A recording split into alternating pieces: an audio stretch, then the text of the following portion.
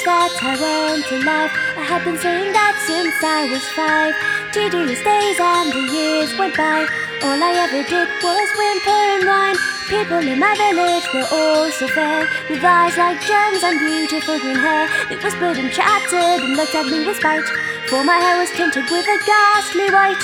Secretly hidden deep inside the woods, an old oak tree 1,000 years we stood. There I was standing with tears in my eyes, praying to God with languishing sighs. Wretched a life is when lived alone, with nobody's company but your own. I dare not ask for much from where I stand, just for a person who could hold my hand.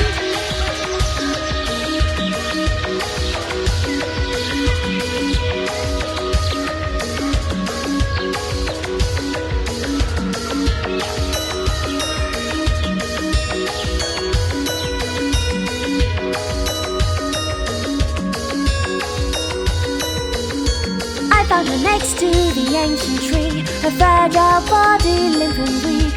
With no one around, I had to try my best, carefully nursed her back to consciousness. Gradually, naturally, our lives entwined. I learned to leave my lonely days behind. She became everything that I had got, despite being everything that I was not. Gleaming like emeralds in the sun, her hair was more enchanting than anyone's. Her face was fair and her voice was bright, captivating anyone at first sight. Why would she show love and sympathy to one who was so unworthy as me? Could it be pity I saw in her eyes? Were the oaths of friendship only white lies? She took me into her arms as I trembled with fear. Her soothing words flowed into my ears. Never had I met another as beautiful as you are. Hearing that, I broke down in tears. They can laugh and mock my ways, hurt me with enmity and hate. They can shame me, slander me into disgrace. I won't fear, I won't cry. I have you by my side. You who gave me all the worth I need inside.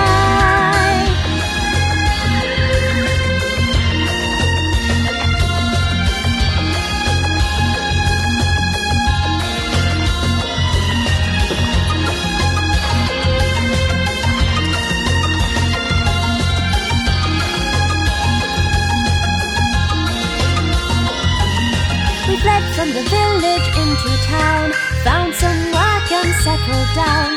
Things that were different in every way, but with her I was happy every passing day. Gradually, naturally, we started a new life, working for a rich merchant's wife. Even with these hardships we pulled through, the bond between us it only grew. One day in the mansion we met a man with cobalt hair, and thus began the sickening story of jealousy and rage. When he met her, everything started to change. He was king of the lands across the sea. He fell for her and so did she. Rejected the love of the neighboring queen, lighting the fuse of destiny. The land was devoured by the roaring flames of war. Mercilessly, the queen she swore. See to it that all the women with green hair are dead. They shall thrive in these lands no more. Everyone I loved and cared, not a single one was spared, except me, because of my colorless hair. Why can't I die in her place? Why do good lives go to waste? Does this all boil down to unchangeable fate?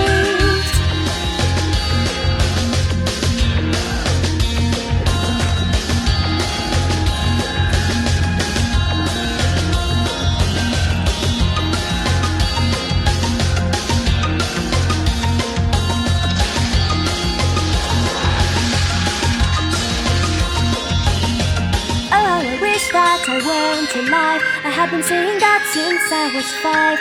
Tedious days and the years went by. All I ever did was whimper and whine. Aimless and lost, I started serving my lord, working in a church next to a port. The breeze brings in rumors of the death of the queen. executed at the guillotine. I found her right by the choppy sea, her fragile body limp and weak. With no one around, I had to try my best, carefully nursed her back to consciousness. Gradually, naturally, her license whined, and learned to leave my lonely days behind. She became everything that I had got, despite being everything that I was not.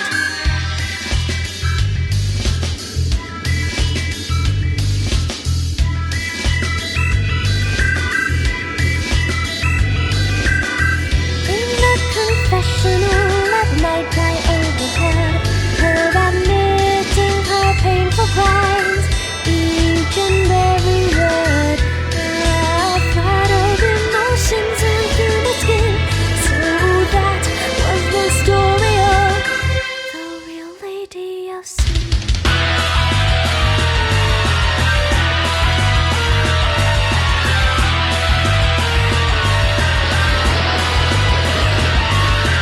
On the snow it was where the giant big waves roar. She walked there below, her feet cold and sore.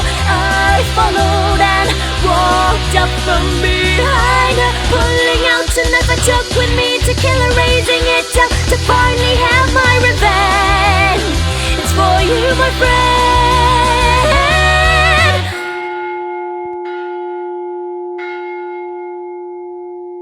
There's an apology I'd like to make to you whom is safe in God's embrace. In the end I made a different call.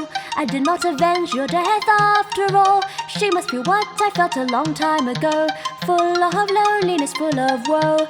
Wretched a life is when lived alone, with nobody's company but your own.